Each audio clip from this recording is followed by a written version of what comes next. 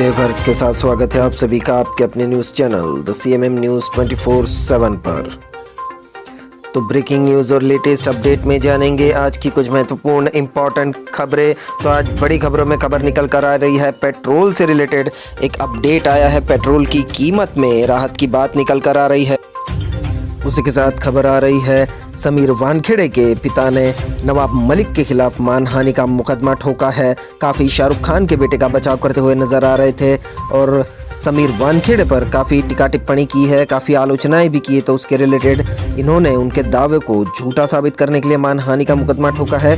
तस्वीरों में दिखाए जाने वाले शख्स समीर वानखेड़े के पिता है। आगे की खबर में जानेंगे शाहरुख खान के बेटे के रिलेटेड अब एक नई थियरी सामने आ रही है। शाहरुख खान के बेटे को फंसाया जा रहा है जानबूझकर। उन्होंने कोई भी ड्रग्स से रिलेटेड उनका कोई भी रिलेशन नहीं था, उन्होंने ड्रग्स ली नहीं, ऐसी अब थियरी सामने आ रही है। इसी के साथ जानेंगे मायावती ने फिर से किसानों का समर्थन किया है। किसान आंदोलन के रिलेटेड भी खबर है, मायावती ने क्या बयान दिया है जानेंगे। उसी के साथ दक्षिण गुजरात में अहमदाबाद सहित ठंड का भी मौसम बढ़ रहा है और दक्षिण गुजरात में बेमौसम बारिश आने की भी संभावनाएं जताई जा रही है। तो सारी की सारी खबरें बहुत ही इंपॉर्टेंट और महत्वपूर्ण हैं। तो बने रहिए वीडियो के एंड तक, सब्सक्राइब कर लीजिए हमारा चैनल और वीडियो के एंड तक जरूर देखिए ताकि आपकी कोई भी लेटेस्ट अपडेट मिस ना हो। तो हेलो दोस्तों, आज तारीख हो चुकी है 7 नवंबर 2021 और दिन हो चुका है रविवार।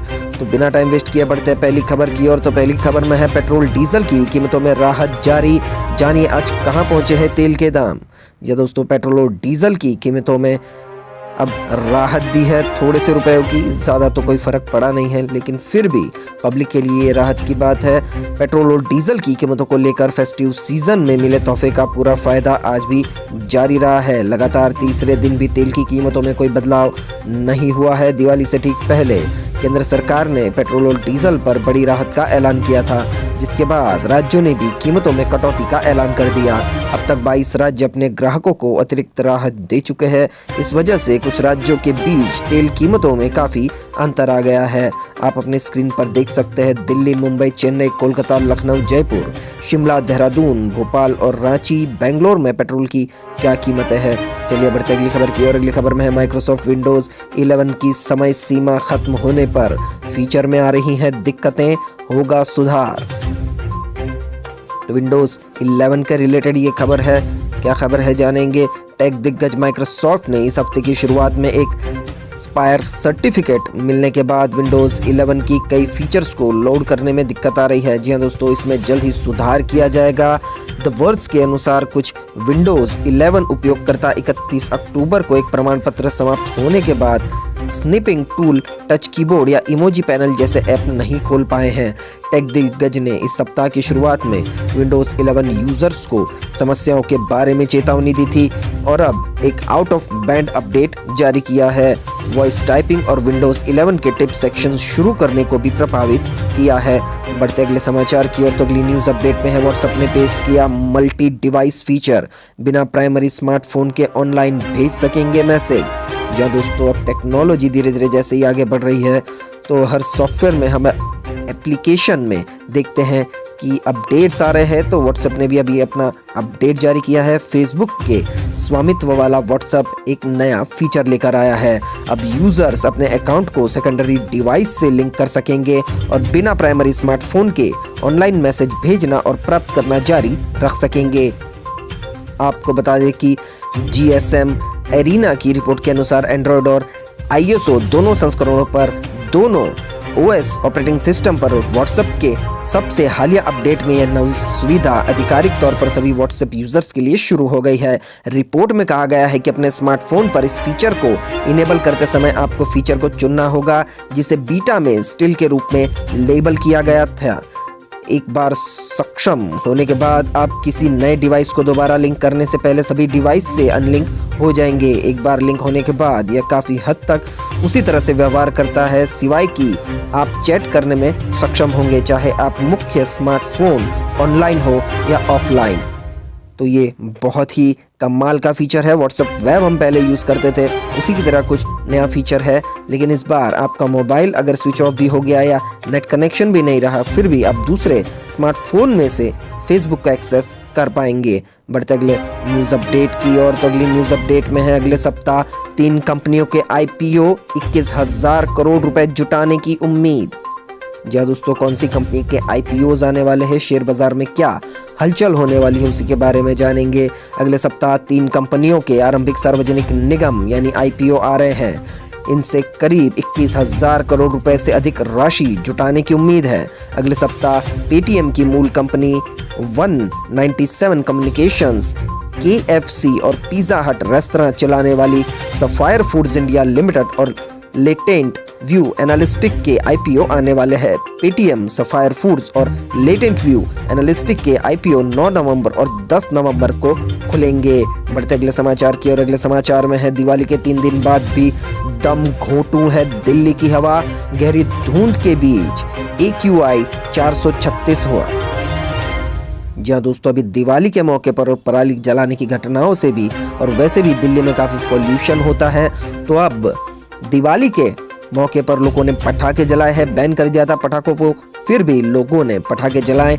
इससे दिल्ली की हवा का स्तर काफ़ी भयजनक सपाटी पर पहुंच चुका है, उसी के बारे में जानेंगे। दिल्ली में सर्दी ने अभी जोर नहीं पकड़ा है, लेकिन यहाँ की हवा हर गुजरते दिन के साथ ही दम घोंटू होती जा रही है। आज सुबह भी दिल्ली की आबोहवा की गुणवत्ता बेहद खराब है।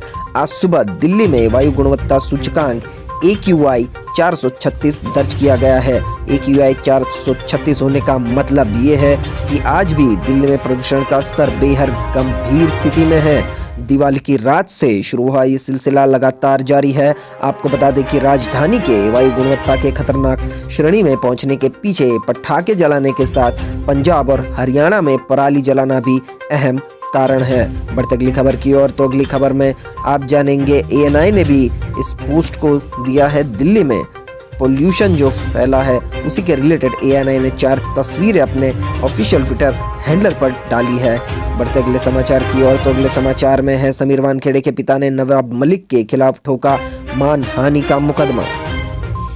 जी हाँ दोस्तों, समीर वानखेड़े के पिता ने नवाब मलिक, जो कि उनकी आलोचना करते रहते हैं, जो कि उनको भ्रष्टाचारी साबित करना चाहते हैं, उन पर मानहानि का मुकदमा ठोका है। समीर वानखेड़े और महाराष्ट्र सरकार के मंत्री नवाब मलिक के बीच विवाद अभी थमता नहीं दिखाई दे रहा है। अब समीर वानखेड़े के पिता ज्ञानदेव वानखेड़े ने अपने परिवार को बदनाम करने के लिए महाराष्ट्र के कैबिनेट मंत्री और नवाब मलिक के खिलाफ मानहानि का मुकदमा ठोक दिया है। आपको बता दें कि ज्ञानदेव वानखेड़े ने नवाब मलिक के खिलाफ बॉम्बे हाई कोर्ट का रुख किया है। ज्ञानदेव वानखेड़े ने नवाब मलिक पर उनके परिवार को बदनाम करने की एवज में 1.25 करोड़ रुपए के मुआवजे की मांग की है। इस मामले में सोमवार को केस की सुनवाई होनी है।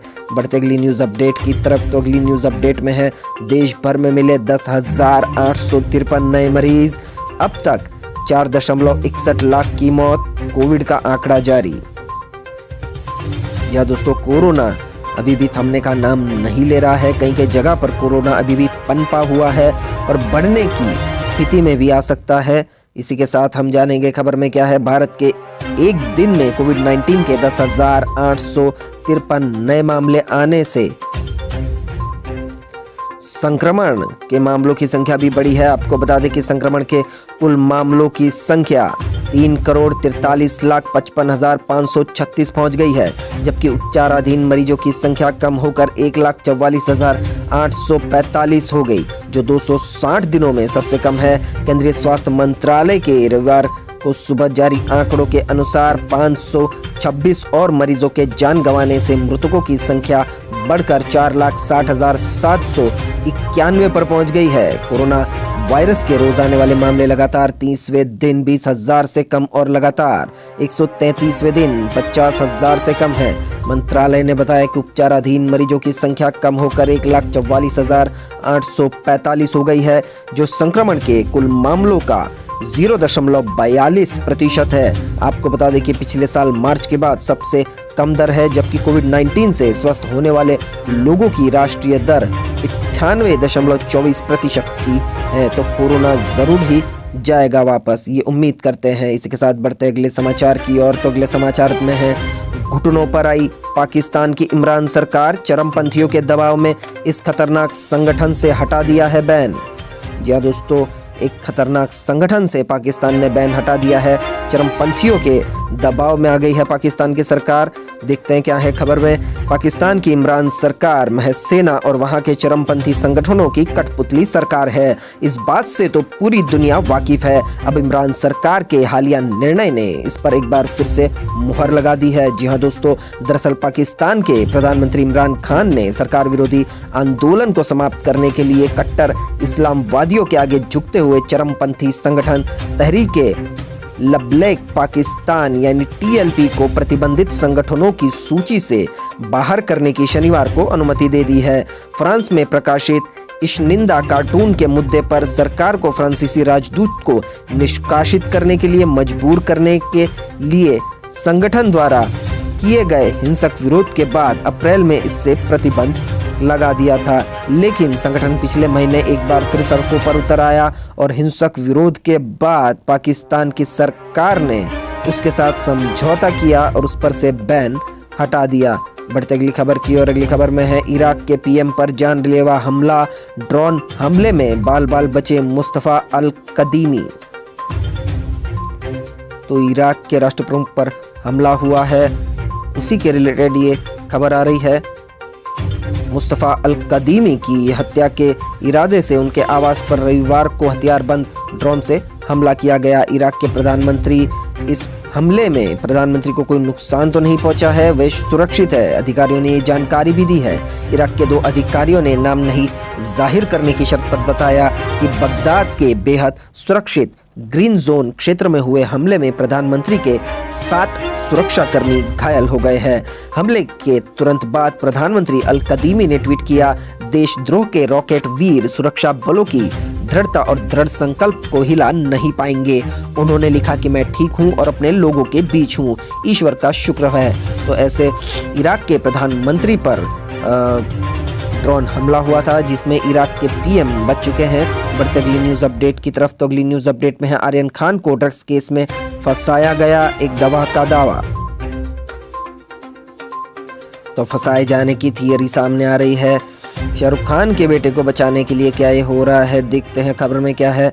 स्वापक नियंत्रण ब्यूरो यानी नारकोटिक्स कंट्रोल ब्यूरो NCB द्वारा मुंबई के नजदीक एक क्रूज शिप से कथित मादक पदार्थ बरामदगी मामले के गवाह विजय पगारे ने दावा किया कि अभिनेता शाहरुख खान के बेटे आर्यन खान को इस मामले में फंसाया गया है।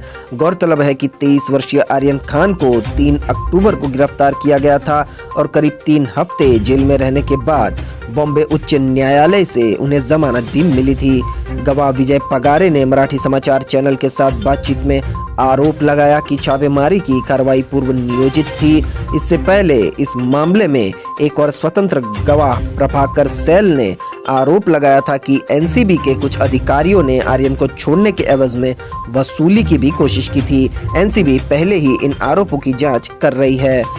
बढ़ते अगली समाचार की ओर। तो अगले समाचार में है केजरीवाल ने मोदी को लिखी चिट्ठी, मुफ्त राशन योजना को 6 महीने बढ़ाने की करी है मांग। जी हाँ दोस्तों, जो गरीब कल्याण योजना है जिसमें मुफ्त अनाज मिलता है उसको फिर से शुरू करने के लिए, उसका टाइम लिमिट बढ़ाने के लिए दिल्ली के मुख्यमंत्री अरविंद केजरीवाल ने भारत के प्रधानमंत्री नरेंद्र मोदी को चिट्ठी लिखी है। जानते हैं क्या है खबर में। दिल्ली के मुख्यमंत्री अरविंद केजरीवाल ने प्रधानमंत्री नरेंद्र मोदी को पत्र लिखकर केंद्र सरकार की मुफ्त राशन योजना को 6 महीने के लिए बढ़ाने का अनुरोध किया है। दरअसल दिल्ली सरकार ने शनिवार को अपनी मुफ्त राशन योजना को 6 महीने के लिए बढ़ाने की घोषणा की है। इसके साथ ही केजरीवाल ने PM को चिट्ठी लिखकर केंद्र की मुफ्त राशन योजना की अवधि बढ़ाने की अपील भी की है। अरविंद केजरीवाल ने पत्र में लिखा है कि कोरोना काल के दौरान केंद्र सरकार ने देश भर में हर राशन कार्ड धारक को हर महीने मिलने वाले राशन के अतिरिक्त उतना ही फ्री राशन दिया था जो राशन हर महीने मिलता था। दिल्ली सरकार ने अपनी तरफ से उसे मुक्त कर दिया। केंद्र सरकार और दिल्ली सरकार के इन कदमों से गरीबों को कोरोना काल में काफी राहत मिली। दोनों सरकारों की ये योजनाएं नवंबर में समाप्त हो रही है। तो इसी के रिलेटेड अरविंद केजरीवाल ने लेटर लिखा है प्रधानमंत्री नरेंद्र मोदी को। उस लेटर को आप अपनी स्क्रीन पर देख सकते हैं। बढ़ते अगली न्यूज अपडेट की ओर। तो अगले समाचार में जानेंगे, टैंकर से लीक हो रहा था तेल, इकट्ठा कर रहे थे लोग, विस्फोट में 98 लोगों की हो चुकी है मौत। जी दोस्तों, अफ्रीका के देश सिएरा लियोन की राजधानी फ्रीटाउन के निकट एक तेल टैंकर में विस्फोट होने से कम 98 लोगों की मौत हो गई है। अधिकारियों और प्रत्यक्षदर्शियों ने शनिवार को इस बारे में जानकारी देते हुए कहा कि घटना में कई लोग घायल भी हुए हैं। राष्ट्रीय आपदा प्रबंधन एजेंसी के अनुसार विस्फोट शुक्रवार देर रात हुआ जब टैंकर अन्य ट्रक से टकरा गया। टैंकर राजधानी फ्रीटाउन के पूर्व वेलिंगटन में एक व्यस्त चौराहे पर एक गैस स्टेशन पर जा रहा था।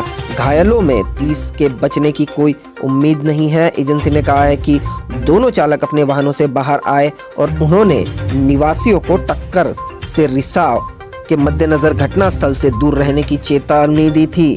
आपको बता दें कि प्रत्यक्षदर्शियों ने कहा कि हालांकि इस बेहद गरीब देश में ईंधन लेने के लिए भीड़ उमड़ पड़ी। अधिकारियों ने बताया कि 100 घायल लोगों को अस्पताल के पास ले जाया गया। गंभीर रूप से झुलसे हुए थे ये लोग। लगभग 30 लोगों के बचने की उम्मीद नहीं है। घायल लोगों के कपड़े विस्फोट के बाद लगी आग में जल गए थे और वह स्ट्रेचर पर बिना कपड़ों के ही पड़े थे। काफी हद तक ये लोग जले हुए थे और बचने की संभावनाएं भी काफी कम थी। तो अफ्रीका की ये घटना है। टैंकर से तेल रिस रहा था, लीक हो रहा था, उसी को जमा करने के लिए लोग पहुंचे और टक्कर में आग लग गई। उसी के साथ लोग झुलस गए। बड़ा धमाके जैसा हुआ टैंकर के फटने से। बढ़ते अगली न्यूज अपडेट की ओर। तो इस अपडेट में जानेंगे भाजपा की राष्ट्रीय कार्यकारिणी की बैठक जारी। लालकृष्ण आडवाणी और मुरली मनोहर जोशी भी हुए शामिल। जी हाँ दोस्तों, सीनियर नेता है लालकृष्ण आडवाणी और मुरली मनोहर जोशी। तो अब भाजपा की राष्ट्रीय कार्यकारिणी की बैठक में उनको भी बुलाया गया है।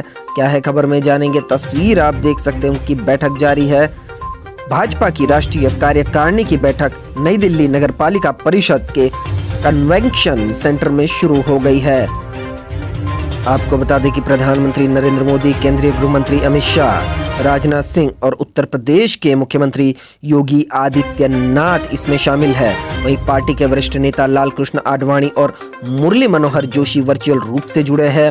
लोकसभा और विधानसभा उपचुनाव में मिले झटके के बाद राष्ट्रीय कार्यकारिणी की बैठक में अगले साल 5 राज्यों में होने वाले विधानसभा चुनाव की रणनीति पर गहन चर्चा की जाएगी। बढ़ते अगली न्यूज अपडेट की ओर। अगली न्यूज अपडेट में है, अब बढ़ सकते हैं केस। राजस्थान के सीएम गहलोत बोले दूसरे राज्यों में नए मरीज बढ़े, वे ज्यादा गंभीर। जिन्होंने वैक्सीन नहीं लगवाई तो कोरोना पर। राजस्थान के सीएम अशोक गहलोत का अलर्ट सामने आया है। राजस्थान में भले ही अभी कोरोना के केस सबसे कम आ रहे हो, लेकिन मुख्यमंत्री अशोक गहलोत ने लोगों को चेतावनी जारी की है। गहलोत ने प्रदेश में आगामी दिनों में कोरोना के केस बढ़ने की आशंका जताते हुए लोगों से कोविड प्रोटोकॉल की पालना करने की अपील की है। साथ ही उन्होंने वैक्सीनेशन नहीं करवाने वाले लोगों को जल्द से जल्द वैक्सीन लगवाने के लिए भी कहा है।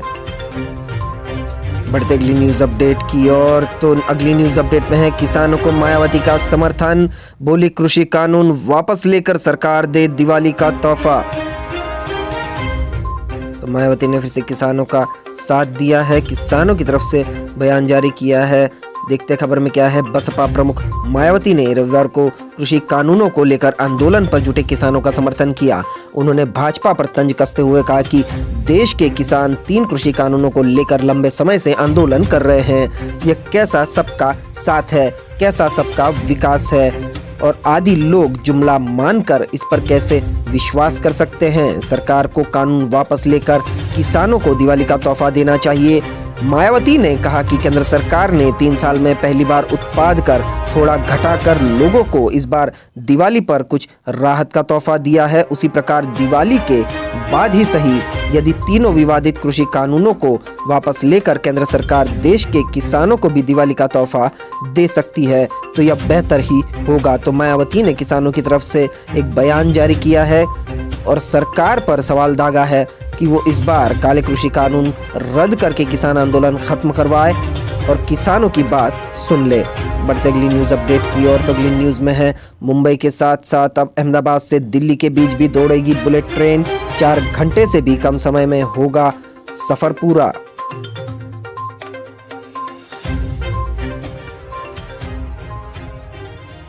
प्रधानमंत्री नरेंद्र मोदी के ड्रीम प्रोजेक्ट बुलेट ट्रेन में एक और पड़ाव जुड़ गया है। अब तक की योजना के अनुसार अहमदाबाद से मुंबई के साथ साथ अब अहमदाबाद से दिल्ली के लिए बुलेट ट्रेन चलाने का काम शुरू कर दिया गया है।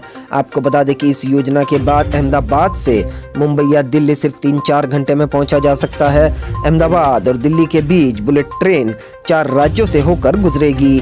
इसमें 15 स्टॉप होंगे। इस योजना के बाद 886 किलोमीटर का सफर सिर्फ 8 घंटे के बजाय 4 घंटे में पूरा होगा। आपको बता दें कि अहमदाबाद दिल्ली के बीच 886 किलोमीटर लंबे रूट पर बुलेट ट्रेन चलाने के लिए national high speed rail corporation limited द्वारा DPR विस्तृत परियोजना रिपोर्ट तैयार की जा रही है।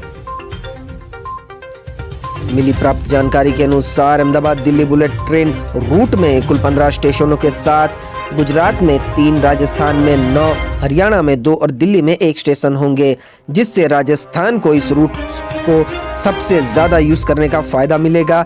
रूट पर अहमदाबाद के अलावा गांधीनगर, हिम्मतनगर, डूंगरपुर, उदयपुर, शाहपुर, चित्तौड़गढ़, भीलवाड़ा, विजयनगर, अजमेर, जयपुर, बड़ौदा, रेवाड़ी, मानेसर और द्वारका दिल्ली में स्टेशन बनाए जाएंगे।